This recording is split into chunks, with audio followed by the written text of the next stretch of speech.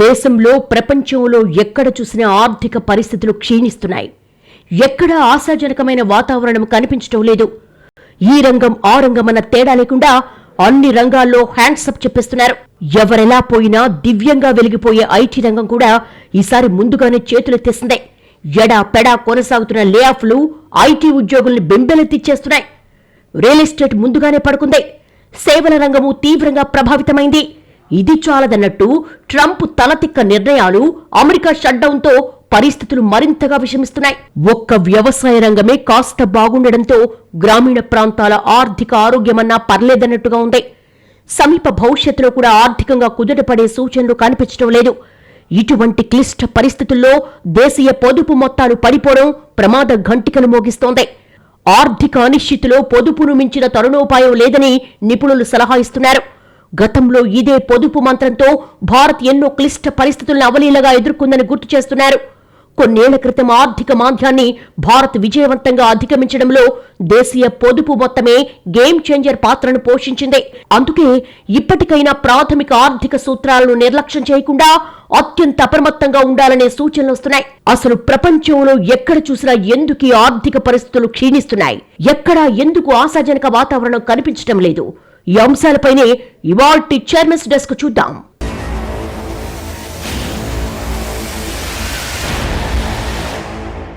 వ్యక్తి నుంచి కుటుంబం వరకు, దేశం నుంచి ప్రపంచం వరకు ఎక్కడైనా ఎప్పుడైనా జీవన ప్రమాణాలను, భవిష్యత్తును డిసైడ్ చేసేది ఆర్థిక పరిస్థితే.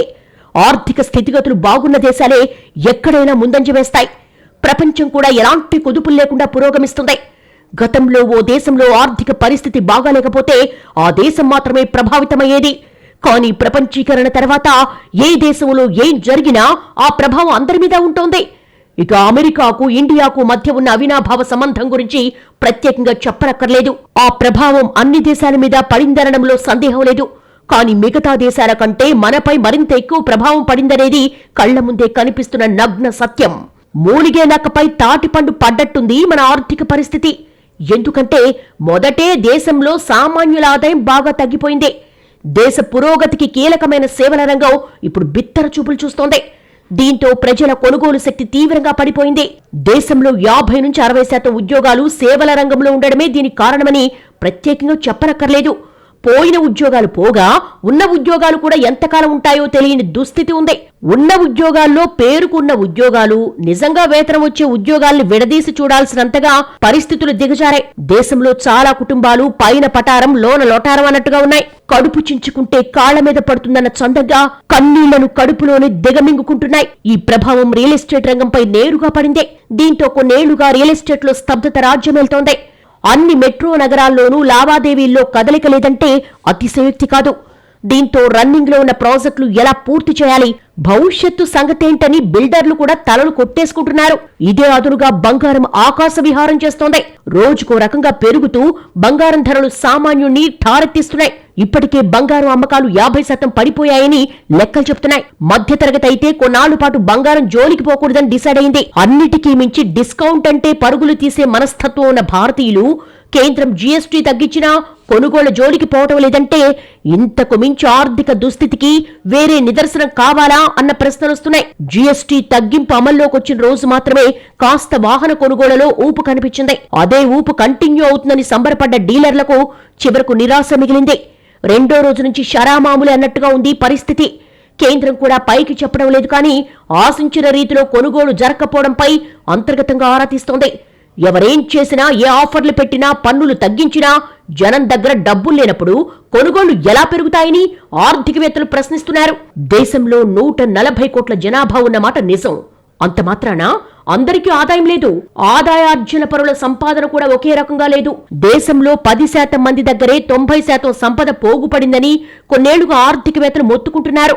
జీడీపీ పెరుగుతుందని సంబరపడితే చాలదు, సంపద అందరికీ సమానంగా పంపిణీ అవుతుందా లేదా అనేది కూడా చూసుకోవాలి. ఆదాయ అసమానతలు ఉన్న చోట ఆర్థిక వృద్ధి బాగున్నా నిజ వేతనాలు పెరగవు, ప్రజల కొనుగోలు శక్తి కూడా పెరగదని గుర్తుంచుకోవాలి. ఇప్పటిదాకా ఆర్థికవేత్తల సూచనలు లైట్ తీసుకున్న వారికి కూడా ఇప్పుడు వారి సూచనల్లో కఠోర వాస్తవాలు కళ్లకు కడుతున్నాయి. ఎంతసేపు దేశంలో ఇంత జనాభా ఉంది కాబట్టి ఇంత మొత్తంలో కొనుగోలు జరుగుతాయని పేపర్ మీద లెక్కలేస్తున్నారు. కానీ నిజంగా ఎంతమంది దగ్గర కొనుగోలు పెరిగే స్థాయిలో ఖర్చు చేసే స్థోమత ఉందని అంచనా వేయటం లేదు. అక్కడే తేడా వస్తోంది. ఓవైపు దేశీయ ఆర్థికం అంతంత మాత్రంగా ఉంటే, పులి మీద పుట్రలా ట్రంప్ తీసుకుంటున్న నిర్ణయాలు మన ఎకానమీని మరింత షేక్ చేస్తున్నాయి. ప్రపంచంలోనే అతి ఎక్కువగా ఖర్చు చేసే దేశంగానే అమెరికా గురించి తెలిసిన ప్రపంచం ఇప్పుడు ట్రంప్ అమెరికాను చూసి ఉలిక్కి పడుతోంది. ఎందుకంటే కోవిడ్ నుంచి అమెరికా ఆర్థిక స్థితి అధోగతైంది. దీంతో మోయలేనంత అప్పుల భారం పెరిగిపోయింది. ఈ అప్పుల కొండానికి ఎంత మాత్రం మోయలేమని, దీన్ని వీలైనంత త్వరగా దించుకోకపోతే మొత్తంగా అమెరికానే మునిగిపోతుందని ట్రంప్ చెప్తున్నారు. అందుకే ఖర్చులు తగ్గించాలంటూ పొదుపు మంత్రం పఠిస్తున్నారు. ఒక్కసారిగా ఫెడరల్ బడ్జెట్ తగ్గించడంతో ఫెడరల్ నిధుల్ని, ప్రాజెక్టుల్ని నమ్ముకున్న రంగాలు, కంపెనీలు డీలా పడ్డాయి. ఇది చాలదన్నట్టుగా వలస ఉద్యోగులపై ఉక్కుపాదం మోపాలనే నిర్ణయంతో సిలికాన్ వ్యాలీ చిగురుటాకులా వణికిపోతోంది. ఇప్పటిదాకా వలస ఉద్యోగుల్ని నియమించుకుని వారికి తక్కువ వేతనాలిచ్చి అత్యధిక సంపాదనను ఆర్జించి అలా లాభాల మీద లాభాలు ఆర్జించిన అమెరికా ఐటీ దిగ్గజాలకు ట్రంప్ పోకడ మింగుడు పట్టం లేదు. దీనికి తోడు ముందు వెనక ఆలోచించకుండా ఏఐను చూసుకుని ఆటోమేషన్ మొదలు పెట్టడం కూడా కొంప ముంచుతోంది. నిజానికి మొదట కంపెనీలన్నీ ఆటోమేషన్ కాస్ట్ ను భరించాలని, ముందు నష్టాలొచ్చినా తర్వాత ఉద్యోగుల సాయంతో గట్టెక్కొచ్చని, ఒక్కసారి పరిస్థితులు కుదుటపడ్డాక ఆటోమేషన్ ను వివరిస్తూ ఉద్యోగాలను తీసేసే ప్రక్రియను సమాంతరంగా చేపట్టాలని భావించాయి. కానీ ఊరుములేని పిడుగులా ట్రంప్ తీసుకుంటున్న నిర్ణయాలు కంపెనీల బ్యాలెన్స్ షీట్లను తారుమారు చేస్తోంది. దీంతో ఏం జరుగుతుందో అర్థం చేసుకునే టైం కూడా లేదనే ఉద్దేశంతో ఎడాపెడా లేఆఫ్లకే ఓటేస్తున్నాయి కంపెనీలు. దీంతో వేల మంది ఉద్యోగులు రోడ్డున పడుతున్నారు. అన్ని కంపెనీలు అదే దారిలో ఉండడంతో ఎంత అనుభవం ఉన్నా ఉద్యోగం దొరకని దుస్థితి నెలకొంది. దీంతో వాస్తవాలు వివరించడానికి టెక్ దిగ్గజాలు వైట్ హౌస్ కు వెళ్లినా అక్కడ ట్రంపే వీరికి రివర్స్ లో క్లాస్ పీకారు. దీంతో ఇక ఏం ఉపయోగం లేదని తత్వం బోధపడిన దిగ్గజాలు లేఆఫ్లు మరింతగా పెంచేశాయి. లేఆఫ్లకు తోడు ప్రాజెక్టులు అవుట్ సోర్సింగ్ కు ఇవ్వడం కూడా తగ్గించాయి. దీంతో అమెరికా కంపెనీల ప్రాజెక్టులపై ఆధారపడ్డ ఇండియా ఐటీ కంపెనీలపై దెబ్బపడింది. మిగతా దేశాలతో పోలిస్తే మన పరిస్థితి లేఆఫ్ల విషయంలో ప్రస్తుతానికి బెటర్గా ఉంది. కానీ భవిష్యత్తు ఎలా ఉంటుందో చెప్పడం చాలా కష్టం. ఐటీ రంగంలో కనీ విని ఎరుగని పోకడలు అన్ని రంగాల్లో బెంబేలెత్తిస్తున్నాయి. మీటింగ్ పేరుతో పిలిచి పింక్ స్లిప్ ఇవ్వడం, రిక్రూట్మెంట్ చేసుకుని కూడా ఆఫర్ లెటర్ ఇవ్వకపోవడం లాంటి విచిత్రాలు చోటు చేసుకుంటున్నాయి. దీంతో ఐటీ రంగంపై విపరీతంగా ఆధారపడ్డ దేశీయ ఆర్థిక చక్రం కూడా ఇక తిరగడం తన వల్ల కాదని మొరాయిస్తోంది. ఎన్ఆర్ఐల రెమిటెన్స్ లాండా చూసుకుని మొండి ధైర్యంతో పెట్టిన పెట్టుబడులు, బిజినెస్లు అన్ని రిస్క్ లో పడ్డాయి. ఇలాంటి తరహాలో చాలా మంది టోటల్ గా రివర్స్ గేరేసేస్తే అతి కొద్ది మంది మాత్రం సడన్ బ్రేక్ వేశారు. కానీ ఈ సడన్ బ్రేక్ బాపత కూడా ఎప్పుడోసారి ఇంజిన్ ఆపేస్తుందని నిపుణులు అంచనా వేస్తున్నారు. ఆర్థిక పరిస్థితి మన దగ్గర మాత్రమే బాగా లేకపోతే వేరే దారి చూసుకోవచ్చు. ఓ రంగం మాత్రమే తిరోగమనంలో ఉంటే మరో రంగంలో అదృష్టం పరీక్షించుకోవచ్చు. కానీ దేశం, ప్రపంచం ఎక్కడ చూసినా నిరాశే రాజ్యం వెళ్తున్నప్పుడు ఇక చేసేదే ఉంది నిట్టూర్చడం తప్ప అంటున్నారు సామాన్యులు. ప్రపంచ ఆర్థికం అస్తవ్యస్తమైందన్న మాట నిజం. దీనికి పరిస్థితుల ప్రభావం ఎంత కారణమో దేశాల స్వయంకృతము అంతే కారణమనే వాదనను కూడా పూర్తిగా కొట్టిపారేయలేం. ఎందుకంటే కరోనా ప్రపంచానికి చాలా పాఠాలు, గుణపాఠాలు నేర్పింది. మొత్తంగా ఆర్థిక వ్యూహాల్నే పునర్నిర్వచించుకోవాలని తెలియచేసింది. కానీ కరోనా నేర్పిన గుణపాఠాలు ఏ దేశమూ ఫాలో కాలేదంటే కాస్త కఠినంగా ఉన్నా ఒప్పుకోక తప్పదు. అంతా బాగున్నప్పుడు ఆర్థిక మూలాలు మర్చిపోయి కాస్త అతిపోకడలు పోయినా పర్లేదు. కానీ ప్రపంచాన్ని కుదిపేసే మహమ్మారి వచ్చి ఆర్థిక చక్రం తిరగడం ఆగిపోయినప్పుడు కూడా మూలాల్లోకి పోకుండా అదే భ్రమల్లో బతుకుతూ అవే ఆర్థిక సూత్రాలను ఫాలో అవుతామంటే ఖచ్చితంగా శిక్ష అనుభవించాల్సిందే. ఇదే విషయాన్ని ఆర్థికవేత్తలు కరోనా వచ్చినప్పటి నుంచి చెబుతూనే ఉన్నారు. స్వల్పకాలిక పరిష్కారాలతో పని కాదు, దీర్ఘకాలిక పరిష్కారాలు చూడాలని కూడా హితవు చెప్పారు. అయినా సరే వారి గోడు విన్నవాళ్లెవరు? పైగా కరోనాను జయించేశాం అని జబ్బలు చరుచుకున్నారు. ఇక కరోనా దెబ్బతీసింది కేవలం ఆరోగ్యాన్ని మాత్రమే కాదు, ఆర్థికాన్ని కూడా అనే సంగతి తెలిసేసరికి పరిస్థితి కాస్త చేజారిపోయింది. ఆ తర్వాతైనా తక్షణ కర్తవ్యం గురించి ఆలోచించని దేశాలు విచిత్రమైన తర్కాన్ని ముందు పెట్టి జనం చేతిలో డబ్బులు పెడితే ఆర్థిక చక్రం అదే తిరుగుతుందని మూర్ఖంగా ఆలోచించాయి. కానీ అది సరైన పరిష్కారం కానే కాదన్న విలువైన సూచనను విస్మరించారు. జనం చేతిలో మీరు డబ్బులు పెట్టకూడదు, వారి ఆదాయాలు పెరిగే చర్యలు తీసుకోవాలని ఆర్థికవేత్తలు మొత్తుకుంటూనే ఉన్నారు. కానీ ఏం లాభం, ఏం ఉపయోగం లేకుండా పోయింది. అందుకే కరోనా వచ్చేదాకా పురోగతిలో ఉన్న అభివృద్ధి చెందిన దేశాల ఆర్థిక వ్యవస్థలు ఆ తర్వాత నుంచి మైనస్సుల్లో కొట్టుమిట్టాడుతున్నాయి. ఏదైనా ఓ త్రైమాసికంలో జీరో కనిపించినా అదే మహాభాగ్యం అనే విషమ స్థితిలో ఉన్నాయి. అయితే ఇందుకు భిన్నంగా మన దేశం మాత్రం కరోనా నుంచి శరవేగంగా కోలుకుని ఆర్థికంగా స్థిర వృద్ధి రేటు నమోదు చేసింది. దీనికి తోడు మనమే ప్రపంచానికి వెలుగురేఖని ప్రపంచ సంస్థలు కూడా ప్రకటించేశాయి. దీంతో ఇంకే ఉంది, ఇండియా దూకుడుకు అడ్డుకట్ట వేసేవాడే లేడని సంబరపడ్డాం. ఈ ఆనందంలో క్షేత్రస్థాయి వాస్తవాల గురించి ఉద్దేశపూర్వకంగా విస్మరించాం. ఆ విస్మరణ ఫలితాలే ఇప్పుడు కనిపిస్తున్నాయి. దీనికి ట్రంప్ ప్రభావం తోడైంది. అంతే, ఇప్పుడు ట్రంప్ నిర్ణయాలన్నీ వెనక్కు తీసుకున్నా మన జనం కొనుగోలు శక్తి పెరుగుతుందని ఎవరూ గ్యారంటీ ఇవ్వలేరు. ఎందుకంటే సమస్య ఈ పై ప్రభావాల్లో లేదు, అసలు మూలాల్లోనే తేడా వచ్చింది. భారత్లో పాశ్చాత్య పోకడలు ఎప్పటినుంచో పెరిగాయి. కానీ కొన్నేళ్లుగా ఆర్థిక సూత్రాల్లోనూ ఈ పాశ్చాత్య ప్రభావం విపరీతంగా కనిపిస్తోంది. అందుకే మనకు మాత్రమే సొంతమైన పొదుపు మంత్రాన్ని గాలి కుదిరేసి, కార్డులు గీకేసి, బిల్లులు ఎగ్గొట్టి జల్సాల మీద జల్సాలు చేసే జనాభా శాతం పెరుగుతోంది. మొక్కై వంగరది మానే వంగుతుందా ఏంటి? నిజానికి ఈ పోకడను మొదట్లోని ఆర్బీఐ గుర్తించిన బ్యాంకులకు సూచనలతో సరిపెట్టింది. నిర్దిష్ట కార్యాచరణకు పూనుకోలేదు. దీంతో ఇప్పుడు వ్యక్తిగత విభాగంలో పారుబాకీలు బాగా పెరిగిపోయే దుస్థితి వచ్చేసింది. ఇప్పుడు ఎవ్వరూ ఏమీ చేయలేరని చేతులెత్తేయడానికి రెడీ అయిపోతున్నారు. కానీ ఇది కూడా తప్పే అని వేరే చెప్పక్కర్లేదు. సమస్యను మొదట గుర్తించినా పరిష్కారం చూడకపోవడం ఎంత తప్పో, విషమించాక కూడా ఆఖరి ప్రయత్నం చేయకుండా చేతులెత్తేయడం అంతకు మించిన పెద్ద తప్పు. ఇప్పటికీ మన ఆర్థిక వ్యవస్థకు కాయకల్ప చికిత్స చేసే అవకాశం ఉంది. దీనికోసం ఎవరో ప్రపంచ నిపుణుల్ని సంప్రదించాల్సిన పనిలేదు.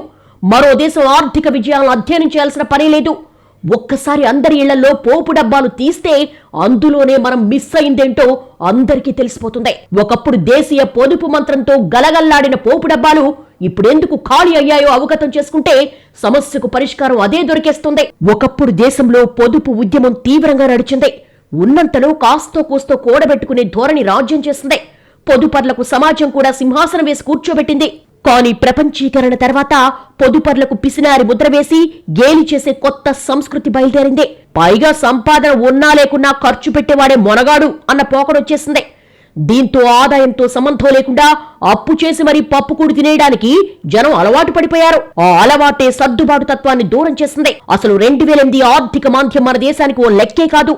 ఎందుకంటే అంతకుముందే ఘోరమైన రికార్డవని అధికారికంగా నమోదు కాని ఆర్థిక ఉత్పాతాల్ని మన దేశం చూసింది.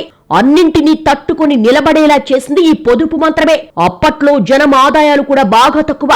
విపరీతంగా శ్రమ చేసినా 4 వేళ్లు నోట్లోకి పోవడం కష్టమైన రోజులు. అయినా సరే పొదుపు అలవాటును వారు విడిచిపెట్టలేదు. కానీ ఇప్పుడు అన్ని సుఖాలు వచ్చాక, సంపాదన మార్గాలు పెరిగాక మరింతగా పెరగాల్సిన పొదుపు అంతకంతకు తెగ్గోసుకుపోవడం మన నేరపూరిత నిర్లక్ష్యమే అని ప్రత్యేకంగా చెప్పాల్సిన పని లేదు. ఇది అందరికీ అనుభవంలో ఉన్న విషయమే. ఇప్పుడు ఈ ఉపోద్ఘాతమంతా ఎందుకంటే మరోసారి పొదుపు ఉద్యమానికి పెద్దపీట వేయాల్సిన ఆవశ్యకత వచ్చిందని చెప్పడానికే తప్ప మరొక్కటి కాదు. ఇప్పటికే పరిస్థితులు విషమించాయి. ఇప్పుడు కూడా కళ్లు తెరిచి వాస్తవాలు గమనించి పొదుపుకు ఓటేయకపోతే ఇక ఎప్పటికీ ఆర్థిక స్థితిగతులు మెరుగవ్వకుండా పోయే ప్రమాదం లేకపోలేదని నిపుణులు మొత్తుకుంటున్నారు. ఇంత విషమ స్థితిలోనూ దేశానికి ఆదర్శంగా నిలుస్తున్న రంగం ఒకటుంది. అదే వ్యవసాయ రంగం. ఒక్క మాటలో చెప్పాలంటే కరోనా వచ్చినప్పటి నుంచి అదే ఉక్కు కవచంలా నిలిచి మనల్ని కాపాడుతోంది. ఎన్నో కష్ట నష్టాలు కోర్చి ప్రకృతి విపత్తులతో పోరాటం చేసి మరీ మన రైతన్నలు ఇబ్బడి ముబ్బడిగా దిగుబడులు సాధిస్తున్నారు. అందుకే ఆర్థిక కష్టాలొచ్చినా ఆహార ధాన్యాలకు ఏ లోటు రావడం లేదు. పైగా సాగు రంగం పుణ్యమాని గ్రామీణ ఆర్థిక వ్యవస్థ కూడా ఎంతో కొంత బాగుంది. అంటే ఆర్థిక పరిస్థితులు మెరుగుపరుచుకోవడానికి మార్గమే కాదు, స్ఫూర్తి పొందడానికి కూడా నిదర్శనం మన ఎదుటే ఉంది. ఇప్పుడు మనం చెయ్యాల్సిన పనల్లా కాస్త వాస్తవంలోకి వచ్చి మళ్లీ మూలాల్లోకి వెళ్లే ప్రయత్నం చేయడమే. ప్రతి దేశానికి కొన్ని మౌలిక లక్షణాలుంటాయి. ఇదే సూత్రం ఆర్థిక వ్యవస్థలకు వర్తిస్తుంది. అమెరికా అయినా ఇండియా అయినా ఎక్కడైనా పునాదులు గట్టిగా ఉండాల్సిందే. ఆ పునాదులు బలహీనపడినప్పుడే సమస్యలొస్తాయి. ఇది అందరికీ తెలిసిన సంగతే. కారణం ఏదైతేనే ఇన్నాళ్ళు ఆర్థిక సూత్రాల విషయంలో నిర్లక్ష్యం వహించాం. కాబట్టి ఇకనైనా జాగ్రత్త పడి పరిస్థితిని చక్కదిద్దుకోవడం మన చేతుల్లోనే ఉందని గుర్తించాలి. ఇప్పటికీ వ్యవసాయానికి ఉన్న వాస్తవ సామర్థ్యాన్ని మనం గుర్తించలేదని అందరూ ఒప్పుకోవాలి. ఎందుకంటే ఇంతటి అత్యాధునిక యుగంలోనూ, ఇన్ని సాంకేతికతలు అభివృద్ధి చెందిన కాలంలోనూ ఏదైనా పెద్ద సమస్య వస్తే అందరికీ ఏకైక దిక్కు వ్యవసాయమే అని కూడా కరోనా కాలం నిరూపించింది. మామూలు రోజుల్లో అమెరికా నుండి ఇండియా రావడానికి 1.25 లక్ష సాకులు చెప్పే టెకీలు కూడా కరోనా దెబ్బకు అమెరికా నుంచి వచ్చేసి మెట్రో నగరాల్లో కూడా ఎక్కడ ఆగకుండా సొంతూళ్లకు వెళ్లిపోయారు. చాలా మంది 2 ఏళ్లు పూర్తిగా రిమోట్ ప్లేసుల నుంచే వర్క్ చేశారు. అంటే ఏంటి? ఇప్పటికీ మనిషికి కావాల్సిన ప్రాథమిక అవసరాలు తీర్చేది పల్లెలు మాత్రమే అని తేలిపోయినట్టే. అయితే అదంతా కేవలం గ్రామాల గొప్పదనం మాత్రమే కాదు, ఎప్పటికీ ఆర్థిక వ్యవస్థకు చోదక శక్తిగా ఉండే సాగు రంగాందే అసలు క్రెడిట్ అని చెప్పక తప్పదు. అందుకే జై కిసాన్ అనే నినాదాన్ని మరోసారి జాతి యావత్తు నిండుగా తలుచుకోవాల్సిన సందర్భం ఇది. భార్య జేబు చూస్తుంది, అమ్మ కడుపు చూస్తుంది అంటారు. అలాగే పల్లె కష్టమొస్తే అక్కును చేర్చుకుంటుంది. దీనికి భిన్నంగా సిటీలు మాత్రం డబ్బున్న వారికే సౌకర్యాలిస్తాయి. ఇది కేవలం భౌతికపరమైన వస్తువులకే కాదు, ఆర్థిక వ్యవస్థకు వర్తిస్తుంది. పట్టణ ఆర్థిక వ్యవస్థ చాలా సంక్లిష్టంగా ఉంటుంది. ఇక్కడ నెగ్గుకు రావడం అంత తేలిక కాదు. పైగా కేవలం కష్టంతో మాత్రమే విజయం కూడా సాధ్యం కాదు. మరో విషయం ఏమిటంటే, ఇక్కడ ఎలాగోలా డబ్బు సంపాదించినా దాన్ని నిలబెట్టుకోవడానికి పెద్ద యుద్ధమే చేయాలి. అదే గ్రామీణ ఆర్థిక వ్యవస్థలో లొసుగులు తక్కువ. అన్నిటికంటే కీలకం ఏమిటంటే, ఆదాయ అసమానతలకు పట్టణ ఆర్థిక వ్యవస్థల్లోనే ఎక్కువ అవకాశం ఉంటుంది. ఆదాయ అసమానతలు లేవని కాదు, అర్బన్ ఎకానమీతో పోలిస్తే రూరల్ ఎకానమీలో అవి తక్కువనే విషయం అందరూ అంగీకరించేదే. ప్రస్తుత ఆర్థిక వ్యవస్థలో మరో ప్రధాన లోపాన్ని కూడా అర్జెంటుగా సరిచేసుకోవాలి. పైకి చాలా సంపాదన మార్గాలున్నట్లు కనిపిస్తున్నా వాస్తవంగా సంపద కొన్ని రంగాల్లోనే పోగుపడుతోంది. మిగతా రంగాల్లో నామమాత్రంగానే సంపద ఉంటోంది. అసలు రంగాల వారీగానే ఆర్థిక అసమానతలున్నప్పుడు అవి ఆదాయాలకు, వ్యక్తులకు వర్తించకుండా ఎలా ఉంటాయనేది మౌలికమైన ప్రశ్న. ఈ మౌలిక ప్రశ్నకు మొదట మౌలిక ఆర్థిక సూత్రాల నుంచి సమాధానం వెతకాలి. అందుకోసం ఆర్థికవేత్తల్ని సంప్రదించాలి. భిన్న రంగాల నిపుణులతో వర్క్షాపులు పెట్టాలి. అవసరమైనప్పుడు సామాన్య ప్రజల నుంచి సూచనలు తీసుకోవాలి. అన్నిటినీ క్రోడీకరించి ఆర్థిక వ్యవస్థను చక్కదిద్దే మార్గనిర్దేశనం చేసుకోవాలి. ప్రాథమికంగా మర్చిపోయిన పొదుపు సూత్రాన్ని పట్టాలెక్కించి వ్యవసాయాన్ని మెరుగ్గా అర్బన్ ఎకానమీతో అనుసంధానించే పనికి శ్రీకారం చుట్టాలి. ఆ తరువాతే ఏం చెయ్యాలో మార్గం దానంతటదే కనిపిస్తుంది. ఇందుకోసం మన మైండ్ సెట్ మార్చుకోవడం చాలా అవసరం. మైండ్ సెట్ విషయంలో కేవలం మనమే కాదు, మొత్తం ప్రపంచం కూడా మారక తప్పని పరిస్థితి కనిపిస్తోంది. ఇప్పుడు కూడా మేం మారం, మొండిగా ఇలాగే ఉంటామంటే ఈ ఆర్థిక పతనం ఎందాకో ఎవ్వరూ చెప్పలేకపోవచ్చు. ఇది ఈ వారం చైర్మన్స్ డెస్క్. మరో అంశంతో మళ్ళీ కలుద్దాం. నమస్తే.